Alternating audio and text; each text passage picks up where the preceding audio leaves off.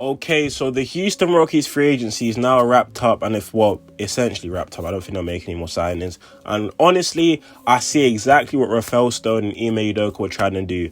Build an identity, mixing veterans with their young core, and they did an exceptional job at that. But before I get into what the identity is that they're building, make sure you like the vid, subscribe to the channel. And without further ado, let's jump right into it. So I was a bit skeptical about the Fred VanVleet contract when it first happened and was first speculated. You can go back on my channel. But the thing about me is that sometimes I sit back and think and be like, okay, cool.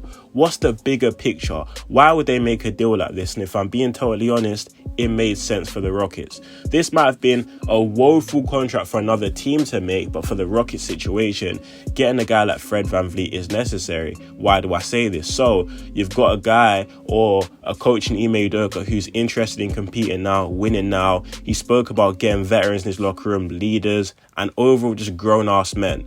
Fred VanVleet is an all-star. He was an all-star just a year or two ago. He's a former champion, and of what was available on the point guard market, Fred VanVleet fits the bill of exactly what the Rockets needed. He's a guy that, forget his on-court production for now, holds guys accountable. One of my favourite Fred VanVleet moments was last season, or was it the season before? He went in a post-game interview and said he played like shit, the Raptors played like shit, and held each and every one of his teammates accountable. That's the type of leadership you need in a winning environment, and Fred VanVleet is going to bring that over to Houston and help shift the culture alongside Jeff Green, all the other guys they brought in, and obviously Ime Udoka being the coach. On top of that, Fred VanVleet, he might have had a down year shooting the ball, but that always doesn't tell the bigger picture. Fred's has seasons where he's been shooting close to 40% from three, if not 40, so he's a very capable three-point shooter, and I believe in an offense where he has more offensive weapons around him, that shooting percentage is going to go up, because if I'm being honest, in Toronto, apart from Pascal and OG had a bit of game to him, you didn't have that many floor spaces, that many dynamic scorers, to the point where Fred was having to chuck up threes. Literally watch the games, that's what he was doing. When you're in an environment now where Jalen's a talented scorer, KPJ's a talented scorer, Fred himself is a talented scorer, mix that in with scoring coming from all different angles, Fred's shots are going to come potentially easier, and his shot diet is going to improve, which is going to lead his efficiency to, go back to where it was before. So that's not really a concern of mine. And I do believe that defensively, although Fred is undersized, he's always been a good team defender. He's good at rotations, off ball, you get what I'm trying to say. So these are all things in which he can help the Rockets in, and also incorporate his IQ and high level of leadership in terms of making his team into being a better defensive unit and overall elevating his team to reach their goals, which is to become a playoff team. Now, the second signing will be Dillon Brooks that I'm going to be talking about. And if I'm being honest again, guys, clown the Rockets, but don't get caught up in this social media stuff. Dillon Brooks may have had some clown antics, which is what led him to be clowned, but don't be fooled. He's coming off a season making an all-defensive second team, and what did the Rockets need? Oh yeah, it might have been defense. One of the worst defensive teams in the NBA signed one of the best defenders in the league. Oh no, how tragic is that? Not really. But as a whole, I'd say, again, the main question with him is, does his volume from three justify the shot he takes? We've got another non-shooter, inefficient, blah, blah, blah. Again, Brooks has had seasons where he's close to that 37-38% mark. And if you look at his efficiency, I'm not going to tell you Dillon Brooks is the most talented offensive player, but the Grizzlies and Taylor Jenkins enabled him to take the second or third most field goals on the team. That's not happening in Houston. If he has more of a strict Toronto offense where he's a catch and shoot guy, getting the ball off cuts, and has a lot less shot creation opportunities, he's going to fit into an offensive role which fits his game a lot better, and those percentages are going to rise up again. So again, a lot of the percentage you guys look at and say, oh my god, he's terrible, are situation based, and I believe in the H, offensively anyway, Dillon Brooks is going to be a lot more effective than you think he actually is. And defensively, what more do I have to say? He's a guy that you don't want to be coming up against, but on your team, he's a culture guy. He's going to stick up for his teammates. He's going to play gritty defense. He's going to talk trash. And I know you guys hate Dillon Brooks' trash talking, but as long as you don't go calling out LeBron and no foolishness like that, that trash talking on the court is exactly what the best defenders in the league do. Look at Draymond Green, he chokes 24/7. So I believe that Dillon Brooks is going to bring another sense of fire to this defense and overall switchability, which is what the Rockets are trying to stock up on, because now you've got guys like Dillon Brooks, switchable defender, high level defender, Tari Easton Jabari at that, and hopefully one day will become all defensive level defenders too. So I understand the direction they're going in that aspect, and overall mixing vets with the young core is something which makes a ton of sense. To quickly touch on the Brook Lopez situation, it's a shame that happened. Obviously, you lose a guy like Tai, Garuba, and 2 second-round picks. If I'm being honest, I don't care about Garuba. I never really saw much there. But Tai sort of becoming a guy who could be a good NBA rotational guard. But stuff happens, and I do respect Rafael Stone because he could have gone back on the trade before it was finalized, but he prioritized being a good, team in business, meaning that teams are going to be more likely to do business with you because you keep to your words. I respect that. And Brook Lopez, you done the Rockets dirty. I can't even lie to you. But that's a quick one there. KJ Martin's a tough loss, but for those of you crying over it, I can't lie. There weren't that many minutes for him because it's all well and good keeping a guy like KJ until he's getting no minutes. He complained last season about getting minimal minutes, so if his role's going to reduce again, recuperate the second-round picks you lost in the Garuba deal and Tai deal, and get them back. And that's what they did. So I wish KJ the best of luck in his career, same as Josh Christopher and Garuba and Tai, but it's what had to be done.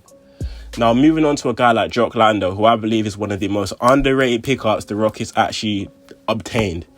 Jock Lando, guys might think he's limited offensively, he's just all-round mid, but I'll tell you right now, take a look at what Jock Lando did in the NBL MVP. In college a few years ago, he was dominant, and what relevance does that have to now? Jock Lando is solid, man. He can shoot the ball. He's decent down low. He's a good interior defender. So overall, I'd say this Jock Lando deal, I believe it works out to be under $10 million this season. I believe around 9 or 8 is actually very beneficial for this team because he's not going to be stealing too many minutes away from Şengün, which a guy like Brook Lopez may have. He's going to fit into what the Rockets need. He's going to play a role. And you're going to see Jock Lando is a really nice piece to add to this puzzle. I'm telling you right now, it's going to surprise a lot of people. Now, going on to my guy, Uncle Jeff Green, a guy who's already been in the H during the bubble. He's been around in the NBA. He knows what it takes to win. He knows what it takes to win a contender. That's the type of culture guy you need in this locker room. He's fresh off a championship ring too. And the thing is, it's not like you're bringing in some 38-year-old DeAndre Jordan who has nothing left in the tank. Jeff Green is still going to be a rotational player for this team. Jeff Green can still add a certain spark off the bench, which the Rockets could definitely use. And as a whole, that leadership and overall having the game look through his scope and his insight onto the young players is going to be very beneficial because Jeff Green's been around the block for time. Deep playoff runs with, I believe, the Cleveland Cavaliers, the Boston Celtics, the OKC Thunder, the Rockets you can throw in there, the Denver Nuggets. The list honestly goes on. The Magic. Jeff Green has been around the block. He knows the league in and out. And what a better veteran to bring alongside a guy like Jalen Green, help mentor guys like Tari Easton, Jabari Smith Jr. Perfect in my opinion. So the way they mix in the veteran leadership and overall guys they're going for makes way too much sense. I love the business the Rockets did in this free agency because not only is it just mixing the veterans in, you're making the young players think, okay, cool. Under a new coach like Ime, I'm not going to have minutes guaranteed the way it was under Silas or previous regimens a couple seasons ago. These guys are actually coming to battle me for their spot, battle me for my spot, sorry. So guys like, I can't speak, can I? Sorry. So guys like Kevin Porter Jr., Jalen Green, their games are going to elevate because they're competing for a spot because you've now got Fred VanVleet, he's an all-star level guard. Green and Kevin Porter Jr. have that kind of upside and potential. I believe Kevin Porter Jr. is more suited to being a sixth man, but at the same time, he might want to prove that I'm still a capable starter. So that kind of healthy competition is definitely what is needed. Hopefully Kevin Porter Jr. and Green take that step, especially KPJ, because I expect him to take this step from right after that season where he dropped 50 on the Bucks. I believe that was the 2021 season. Since then, he kind of taken minor mini steps, but at the same time, he hasn't taken that big leap we all expected. Maybe this is the year. Same as Jalen Green. I wouldn't say I had a sophomore season slump, but he did have parts. Bro, if I start one more time end of this video, I'm joking, guys. But he did have parts of the season where he definitely did slightly struggle. But that happens and comes with time. But this kind of competition is going to help guys further push themselves, elevate their game. I realize, okay, I'm really battling for my minutes right now. You get what I'm trying to say. But honestly, the Rockets did a good job. I'd grade it a B+, maybe A-. Like I said, the contracts they gave out, you could call it a bad contract. For other teams, that'd be terrible contracts, but for what the Rockets needed, you had to pay the money. Time will tell how they're going to pan out, but I do overall like the idea behind exactly what they did and how it was executed. Again, when you're looking at some of these guys, I honestly would advise you to, instead of looking at highlights, watch full games at these guys because percentages and numbers don't always tell the full story, especially for a guy like Brooks, especially for a guy like Fred VanVleet. It doesn't always tell the full story. But you know what, for argument's sake, let's say Fred VanVleet is slightly declining. He's still a borderline all-star. What the Rockets need, Fred VanVleet provides, so it still makes a lot of sense. But overall, that's all I got for this video today. You know, I feel like the Rockets did a good job in free agency. If I missed out on any parts, let me know in the comment section down below. Do you guys agree or disagree with me on my points? You know what I'm trying to say. But overall, decent job by the front office. Let's see how it plans out next season. I'll be excited to watch Summer League 2 to see how guys like Cam Whitmore and Amen Thompson perform, you know, like that. But that's all I got for this video today. You know, my people, stay blessed, stay whatever, and I'm out. Peace.